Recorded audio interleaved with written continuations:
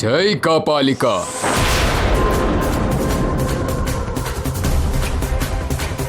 Welcome welcome ಕಾಲರುದ್ರ. ನಿಮಗೋಸ್ಕರನೇ ಕಾಯ್ತಾ ಇದ್ವಿ. ಬನ್ನಿ ಕೂತ್ಕೊಳ್ಳಿ.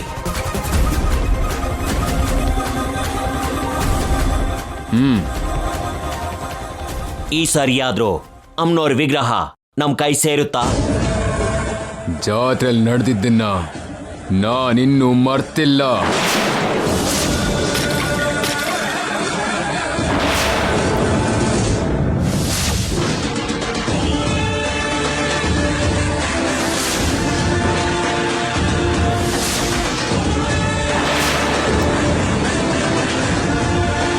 ಒಂದು ಹೆಣ್ಣನ್ನ ನನ್ನ ಮಂತ್ರಬಲ ತಂತ್ರಬಲ ತಡೆಯೋಕೆ ಆಗ್ಲಿಲ್ಲ ಅಂತ ಆವತ್ತಿನಿಂದ ಇವತ್ತಿನವರೆಗೂ ನನ್ನ ಮನಸ್ಸು ಭಗ ಭಗ ಉರಿತಾ ಇದೆ.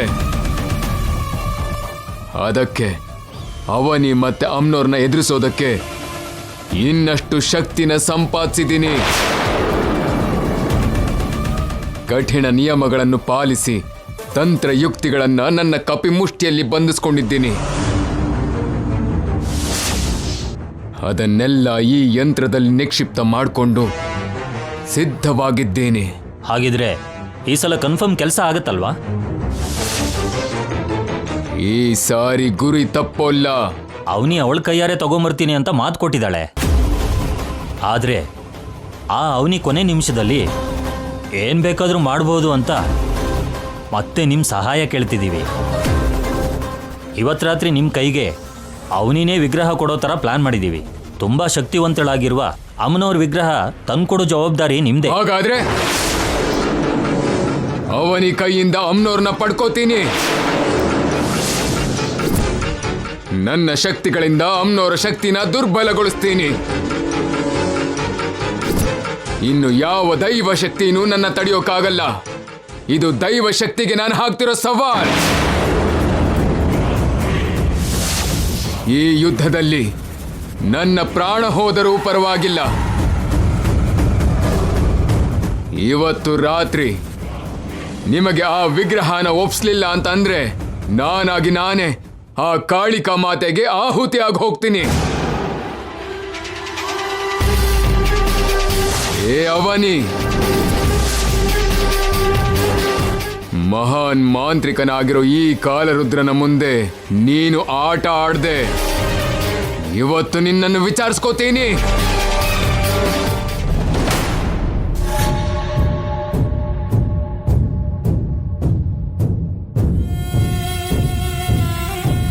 ನಮಸ್ಕಾರನಮ್ಮ.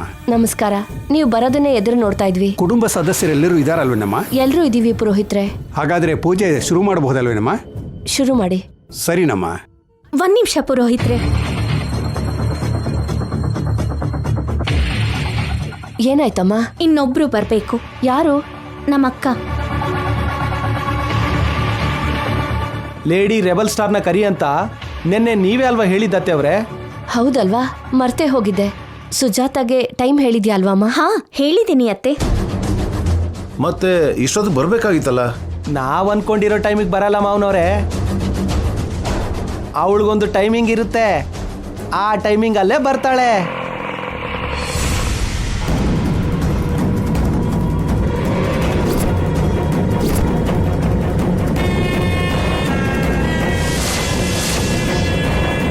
ಅಲ್ಲಿ ನೋಡಿ ಬಂದ್ಬಿಟ್ಲು.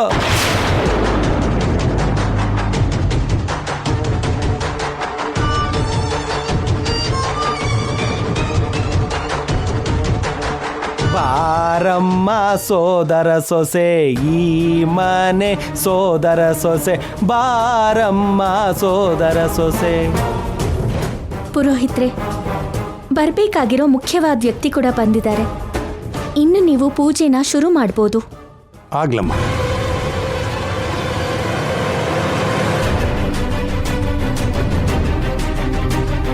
ಇನ್ನು ಈ ಶಾಂತಿ ಪೂಜೆ ಆರಾಮಾಗಿ ನಡೆದ ಹಾಗೆ. ಯಾಕೆ ನಡೆಯೋಕ್ ಬಿಡಲ್ವಾ? ಹಾಳು ಮಾಡ್ಬೇಕು ಅನ್ಕೋತಿದ್ಯಾ? ನನ್ ಗಂಡ ಅಲ್ಲ, ನೀನ್ ಹಾಳು ಮಾಡ್ತೀಯಲ್ಲ. ನನ್ನ ತಂಟೆಗೆ ಬರಲಿಲ್ಲ ಅಂದ್ರೆ ನಾನು ಯಾರ ತಂಟೆಗೂ ಹೋಗಲ್ಲ ಅಂತ ನಿಮಗೂ ಗೊತ್ತು. ಅನಾವಶ್ಯಕವಾಗಿ ಜಗಳ ಮಾಡಬೇಕು ಅಂತ ನೋಡ್ಬೇಡಿ. ಸೌಮ್ಯ ಮಿಸ್ ಆಗಿರೋದ್ರ ಬಗ್ಗೆ ಪುರೋಹಿತರ ಹತ್ರ ಹೇಳಿದೀವಿ. ಪುರೋಹಿತರು ತಾಯಿನ ಕೂಡ ಪೂಜೆಯಲ್ಲಿ ಕೂರಿಸಿ ಅಂತ ಹೇಳಿದ್ರು. ಅದಕ್ಕೆ ಅವನಿಗೆ ಹೇಳಿ ಸುಜಾತನ್ ಕರ್ಸಿದ್ವಿ. ಇನ್ನು ಈ ವಿಷಯದ ಬಗ್ಗೆ ಬೇಡದೇ ಇರೋ ವಾದ ವಿವಾದ ಬೇಡ. ನಾನಿಲ್ಲಿಗೆ ಬಂದಿದ್ದು ನಿಮ್ಮ ಮನೆಗೆ ಹಿಡ್ದಿರೋ ದರಿದ್ರನ ದೂರ ಮಾಡೋದಕ್ಕೆ ಮಾಡ್ತಿರೋ ಶಾಂತಿ ಪೂಜೆ ನೋಡೋದಕ್ಕೋ, ಇಲ್ಲಾಂದ್ರೆ ನೀವು ಮಾಡೋ ಪೂಜೆಯಿಂದ ನನ್ನ ಮಗಳು ನನಗೆ ಸಿಗ್ತಾಳೆ ಅಂತಾನೂ ಅಲ್ಲ.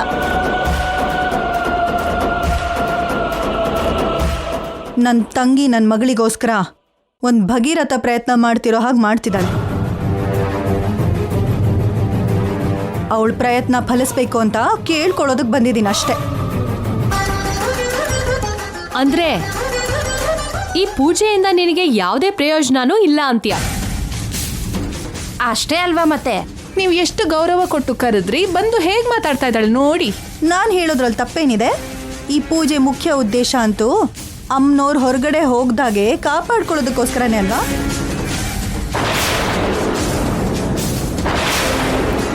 ನೀನು ನಂಬಿದ್ರು ನಂಬದೇ ಇದ್ರು ಇದರಲ್ಲಿ ಅರ್ಧ ಭಾಗ ಸೌಮ್ಯ ಬಗ್ಗೆ ಕೂಡ ಇದೆಯಮ್ಮ.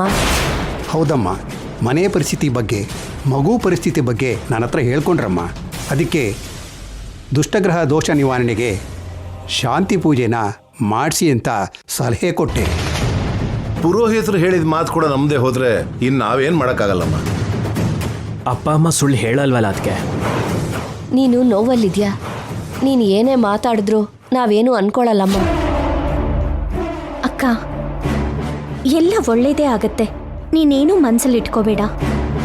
ಇಲ್ಲಿ ನೋಡಿ, ನೀವಿಬ್ಬರೂ ಕೂತ್ಕೊಳ್ಳಿ.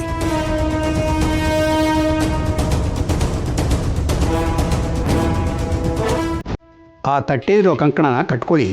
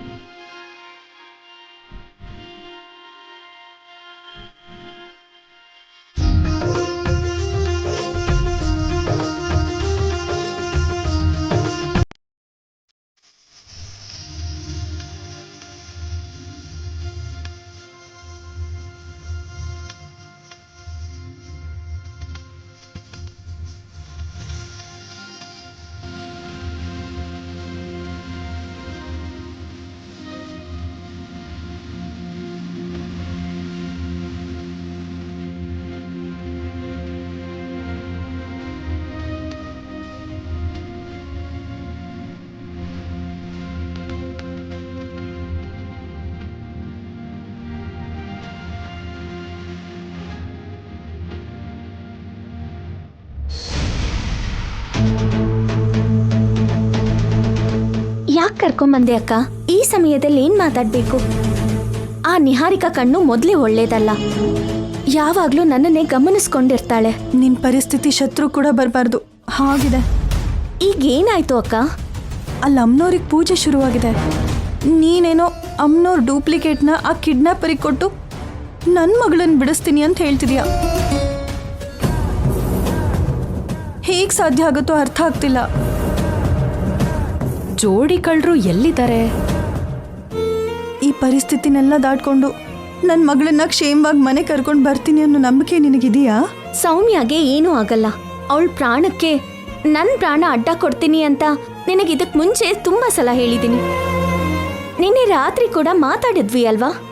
ಯಾಕೆ ಅನುಮಾನ ಪಡ್ತೀಯಾ? ಅನುಮಾನ ಅಲ್ಲ ಅವನಿ, ನಿನಗೇನು ಆಗ್ಬಾರ್ದು ಅನ್ನೋದೇ ನನ್ನ ನೋವೆಲ್ಲ. ಅಲ್ಲಿ ಪೂಜೆ ನಡೀತಿದ್ರೆ ಇವ್ರು ಇಲ್ಲಿಗೆ ಬರೋ ಅಗತ್ಯ ಏನಿದೆ? ಏನ್ ಕುತಂತ್ರ ಮಾಡ್ತಿದ್ದಾರೆ? ಇವತ್ತು ಇವರಿಬ್ರು ರೆಡ್ ಹ್ಯಾಂಡ್ ಆಗಿ ಹಿಡ್ದಾಕ್ಬೇಕು. ಎಲ್ಲ ನಾನು ಅನ್ಕೊಂಡ ಹಾಗೆ ನಡೆಯುತ್ತೆ ಅಕ್ಕ.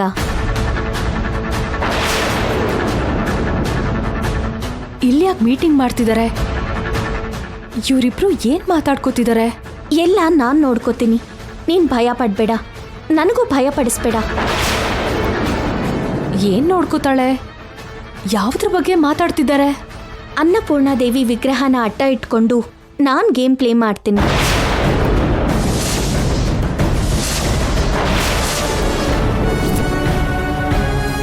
ಅಮ್ಮವ್ರನ್ನ ಅಡ್ಡ ಇಟ್ಕೊಂಡು ಗೇಮ್ ಪ್ಲೇ ಮಾಡ್ತಿದ್ಯಾ? ಏನ್ ಮಾಡ್ತ್ಯಾ? ಕೊನೆಗೆ ನಾವು ಅನ್ಕೊಂಡಿದ್ದು ಅನ್ಕೊಂಡ್ ಹಾಗೆ ನಡಿಬೇಕು. ಹಾಗೆ ನಡೆಯೋ ಹಾಗೆ ಪ್ರತಿಯೊಂದು ನಾನು ನೋಡ್ಕೋತೀನಿ. ನೀನೇನೂ ಚಿಂತೆ ಮಾಡಬೇಡ. ಅಮ್ಮನವ್ರನ್ನ ನಾನು ಈ ರೀತಿ ಬಳಸ್ಕೊಂತೀನಿ.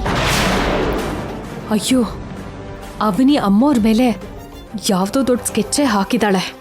ಈ ವಿಷಯನ ತಕ್ಷಣ ಅತ್ತೆಗೆ ಹೇಳಲೇಬೇಕು.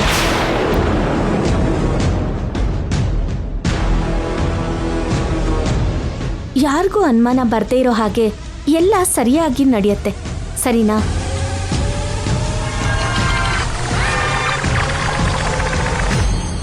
ನಾವು ತುಂಬ ಹೊತ್ತು ಇಲ್ಲೇ ಇದ್ರೆ ಎಲ್ರಿಗೂ ಅನುಮಾನ ಬರುತ್ತೆ. ಪೂಜೆಗೆ ಹೋಗೋಣಪ್ಪ.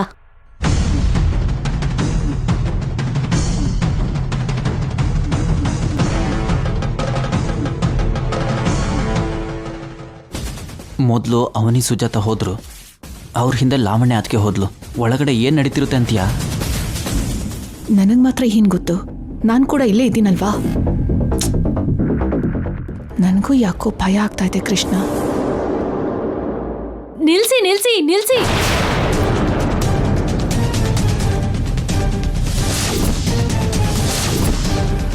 ಈ ಪೂಜೆ ನಡೆಯೋದಕ್ಕೆ ಅವಕಾಶ ಇಲ್ಲ.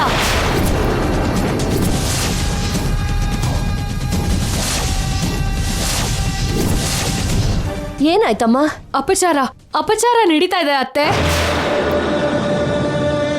ಅಪಚಾರನ? ಹೌದು. ಯಾಕೆ ಹೀಗೆ ಮಾತಾಡ್ತಿದ್ಯಾ? ಅಷ್ಟಕ್ಕೂ ನೀನ್ ಒಳಗಡೆ ಯಾಕೆ ಹೋದೆ? ಏನ್ ನೋಡ್ ಬರ್ತಿದ್ಯಾ? ಒಳಗಡೆ ಸುಜಾತ ಅವನಿ ಕುತಂತ್ರ ಮಾಡ್ತಿದ್ದಾರೆ. ಅವನಿ ವಿಗ್ರಹನ ಬದಲಾಯಿಸ್ಬೇಕು ಅಂತಿರೋ ವಿಷಯ ಬಯಲಾಗತ್ತಾ? ಅಷ್ಟಕ್ಕೂ ನೀನ್ ಏನ್ ಕೇಳಿಸ್ಕೊಂಡ್ಯಾ ಕ್ಲಿಯರ್ ಆಗಿ ಹೇಳು ಸಿಸ್ಟರ್. ಇಬ್ರು ಅಕ್ಕ ತಂಗಿ ಅಮ್ಮೋರ್ ವಿಗ್ರಹನ ಅಡ್ಡ ಇಟ್ಕೊಂಡು ಏನೋ ಮಾಡಕ್ ಹೊರಟಿದ್ದಾರೆ.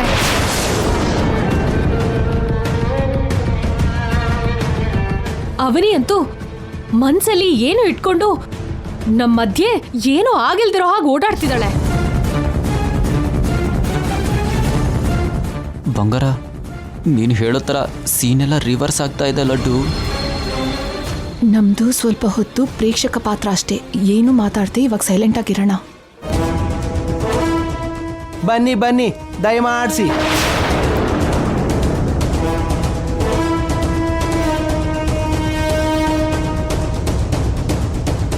ಏನಾಯ್ತು? ಪೂಜೆ ಯಾಕೆ ನಿಲ್ಸಿದ್ರಿ?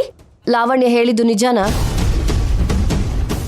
ಏನ್ ಹೇಳಿದ್ಲು? ಅಮ್ಮನವ್ರನ್ನ ಅಡ್ಡ ಇಟ್ಕೊಂಡು ಏನೋ ಮಾಡಕ್ ಹೊರಟಿದ್ಯಂತಲ್ಲ?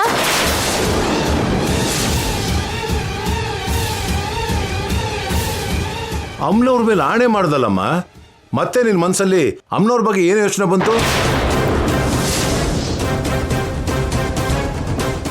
ಇವಾಗ ವಿಗ್ರಹದ ಬಗ್ಗೆ ಬಯಲಾಯ್ತು ಅಂದ್ರೆ ಅವನಿ ವಿಗ್ರಹ ಕಳ್ತನ ಮಾಡೋ ಕಾರ್ಯಕ್ರಮ ನಡೆಯಲ್ಲ. ಅದೇ ಅಲ್ವಾ, ಹೀಗೆ ಟ್ವಿಸ್ಟ್ ಮೇಲೆ ಟ್ವಿಸ್ಟ್ ಬರ್ತಾ ಇದೆ, ಏನು ಅರ್ಥನೇ ಆಗ್ತಾ ಇಲ್ಲ.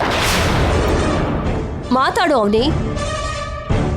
ಎಲ್ಲ ಒಳ್ಳೇದೇ ಆಗ್ಬೇಕು, ಎಲ್ರಿಗೂ ಒಳ್ಳೇದಾಗ್ಬೇಕು ಅಂತ ಇಂಥ ಪೂಜೆಗಳು ಮಾಡ್ತಿರುವಾಗ ಈ ಅಡಚಣೆಗಳು ಯಾಕಮ್ಮ? ಬೆಳಗ್ಗೆಯಿಂದ ಅವನಿ ವರ್ತನೆ ವಿಚಿತ್ರವಾಗಿದೆ ಮಾವನವ್ರೆ. ಈ ವಿಷಯದ ಬಗ್ಗೆ ತೀರ್ಮಾನ ಆಗ್ಲೇಬೇಕು. ಅಮ್ಮೋರ್ ಮೇಲೆ ಆಣೆ ಮಾಡಲ್ಲ ಅಂದಾಗಿಂದ ನನಗಂತೂ ಅವನಿ ಮೇಲೆ ಅನುಮಾನ ಬರ್ತಿದೆ. ಇಬ್ರು ಸ್ವಲ್ಪ ಹೊತ್ತು ಆ ಕಡೆ ಹೋಗಿ ಮಾತಾಡ್ಕೊಂಡು ಬಂದಿದ್ದಕ್ಕೆ ಯಾಕೆ ಆರೋಪ ಮಾಡ್ತಿದ್ದೀರಾ? ನೀನು ಮಾತಾಡ್ಬೇಡ ಶ್ರೀಕರ್. ಇರೋದಿದ್ದ ಹಾಗೆ ನೀನು ಹೇಳು ಅವನಿ. ಅನ್ನಪೂರ್ಣ ದೇವಿ ಬಗ್ಗೆ ನೀನು ಮಾತಾಡ್ದ ಇಲ್ವಾ? ಹೌದು, ನಾನು ಅನ್ನಪೂರ್ಣ ದೇವಿ ಬಗ್ಗೆ ಅಕ್ಕನ ಹತ್ರ ಮಾತಾಡ್ದೆ.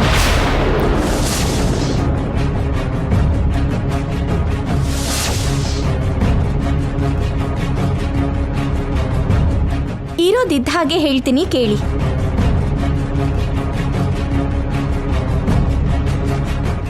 ಈಗ ನಾವು ಮನೇಲಿ ಪೂಜೆನ ಯಾಕೆ ಮಾಡ್ತಾ ಇದ್ದೀವಿ ಅತ್ತೆ? ಅಮ್ಮನವ್ರ ವಿಗ್ರಹಕ್ಕೋಸ್ಕರನೇ ಅಲ್ವಾ?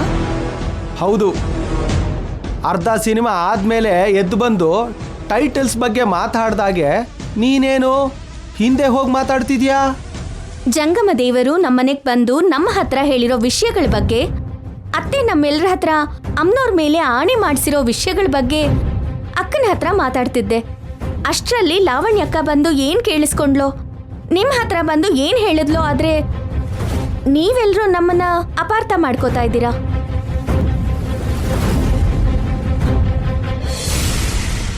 ನಿಮ್ಮ ದೊಡ್ಡ ಸೊಸೆ ಏನೇನೋ ಊಹಿಸ್ಕೊಂಡು ಬಂದು ನಿಮ್ಮ ಕಿವಿಯಲ್ಲಿ ಊದಿದಾಳೆ. ನೀವು ಅದನ್ನ ನಂಬ್ಕೊಂಡು ನಮ್ಮನ್ನು ಪ್ರಶ್ನೆ ಮಾಡ್ತಿದ್ದೀರಾ. ಅಮ್ಮ ಅವ್ರನ್ನ ಅಡ್ಡ ಇಟ್ಕೊಂಡು ಗೇಮ್ ಆಡ್ತೀನಿ ಅಂತ ಹೇಳಿದ್ಲು. ಆ ಮಾತನ್ನ ನಾನು ಕ್ಲಿಯರ್ ಆಗಿ ಕೇಳಿಸ್ಕೊಂಡೆ. ನಿನಗೆ ಹಾಗೆ ಕೇಳಿಸತ್ತೆ ಬಿಡು. ಅಮ್ಮನವ್ರನ್ನ ಅಡ್ಡ ಇಟ್ಕೊಂಡ್ರೆ ಸರಿಯಾಗಿ 2 ತುಂಡಾಗ್ತೀವಿ. ಇನ್ನೇನಾದ್ರೂ ಇದೆಯಾ ಅಕ್ಕ? ಅನುಮಾನಗಳು ತೀರೋಯ್ತಾ ಅದಕ್ಕೆ? ಇನ್ನೇನಾದ್ರೂ ಕೇಳಬೇಕಾ? ತೀರ್ ಹೋದಾಗೆ ಬಿಡಿ. ಇವರಿಬ್ರು ಸುಳ್ಳು ಹೇಳ್ತಿದ್ದಾರೆ. ಅದಕ್ಕೆ ಸುಳ್ಳು ಹೇಳಿದ್ರೆ ಅವ್ರ ಪಾಪಕ್ಕೆ ಅವರೇ ಸಾಯ್ತಾರೆ. ಅಮ್ಮನವ್ರು ಅವ್ರನ್ನ ಕ್ಷಮಿಸ್ತಾರ ಹೇಳು? ನೀನು ಬಿಟ್ಬಿಡು. ಅಮ್ಮ, ನಿಮ್ಮ ಜಗಳದಿಂದ ಪೂಜೆಗೆ ಅಡ್ಡಿ ಆಗ್ತಾ ಇದೆ. ಈ ಪೂಜೆನ ತುಂಬ ನಿಯಮ ನಿಷ್ಠೆಯಿಂದ ಮಾಡಬೇಕು. ದಯವಿಟ್ಟು ಎಲ್ಲರೂ ಪೂಜೆ ಆಗೋವರೆಗೂ ಮೌನವಾಗಿರಿ. ಯಾರೂ ಅಡ್ಡಿ ಮಾಡಬೇಡಿ. ರಾಹುಕಾಲ ಬಂತು ಅಂದರೆ ಫಲಿತಾಂಶ ಇರಲ್ಲ. ದಯವಿಟ್ಟು ಅರ್ಥ ಮಾಡ್ಕೊಳ್ಳಿ.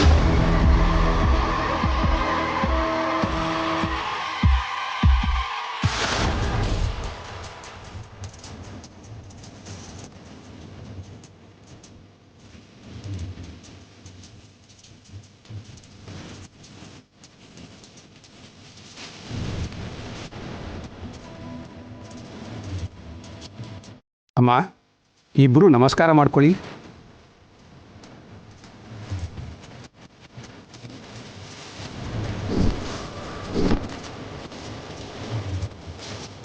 ಇಬ್ಬರೂ ಸೇರಿ ಪೂರ್ಣಾವತಿನ ಹೋಮಕ್ಕೆ ಹಾಕಿಮ್ಮ.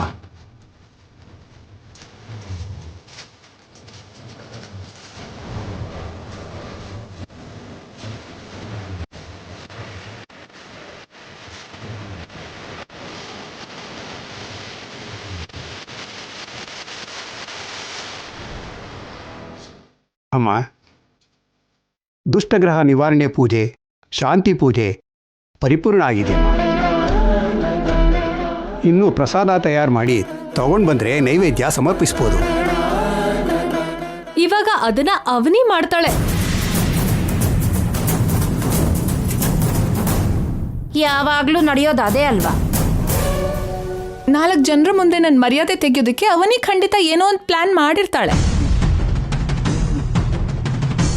ಆಪತ್ತಿನ ಸಮಯದಲ್ಲಿ ಅವನಿ ಕಾಪಾಡಿದ್ಲೆ ಹೊರತು ತಾನೇ ಪ್ರಸಾದ ಮಾಡಬೇಕು ಅಂತ ಯಾವತ್ತೂ ಹಠ ಮಾಡಲಿಲ್ಲ. ಹಾಗೇನು ಇಲ್ಲ ಬಿಡು ಬ್ರದರು. ಪ್ರಸಾದ ರೆಡಿ ಮಾಡೋ ಅವಕಾಶ ನನಗೇ ಬರಬೇಕು ಅಂತ ಅವನಿ ಯಾವಾಗಲೂ ಹೊಂಚು ಹಾಕೊಂಡು ಕಾಯ್ತಾ ಇರ್ತಿದ್ಲು. ಅದು ಮಾತ್ರ ನಿಜ. ನನ್ನ ತಂಗಿದೆ ತಪ್ಪು ಅಂತ ಹೇಳೋರಾಗ್ಬಿಟ್ರು ಎಲ್ರು. ಎಲ್ರೂ ಸುಮ್ಮನಿರಿ. ಇದು ಅಮ್ಮನವ್ರ ವಿಗ್ರಹ ಕಾಪಾಡ್ಕೊಳ್ಳೋ ಪೂಜೆ ಆಗಿರೋದಕ್ಕೆ ಪ್ರಸಾದನ ನಾನೇ ತಯಾರು ಮಾಡಿ ತಗೊಂಡು ಬರ್ತೀನಿ.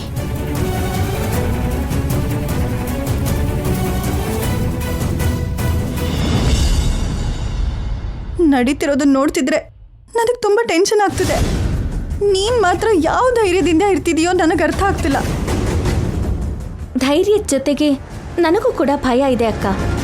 ಭಾರನೆಲ್ಲ ದೇವ್ರ ಮೇಲೆ ಹಾಕಿದ್ದೀನಿ ಅಂತ ಹೇಳ್ದೆ ಅಲ್ವಾ? ಒಂದು ಮಾತು ಕೇಳ್ತೀನಿ, ಹೇಳು. ಏನ್ ಬಾವಾ? ಮಾತೆತ್ತಿದ್ರೆ ಡೂಪ್ಲಿಕೇಟ್ ವಿಗ್ರಹನ ಅವ್ರಿಗೆ ಕೊಟ್ಬಿಡೋಣ ಅಂತ ಹೇಳ್ತೀಯ ಅಲ್ವಾ? ಅಚ್ಚು ಅಂತಹ ವಿಗ್ರಹನೇ ಎಲ್ಲಿ ಸಿಗುತ್ತೆ?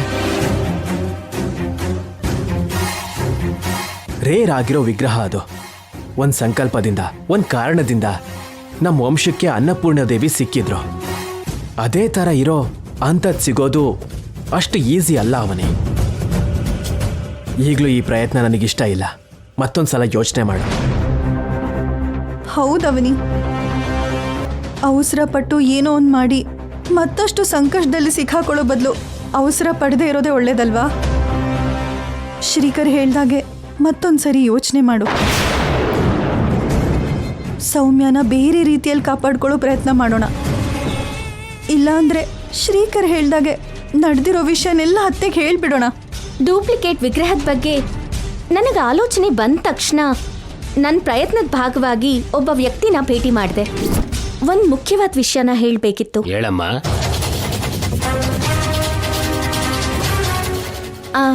ಒಂದ್ಸಲ ಈ ಫೋಟೋ ನೋಡಿ.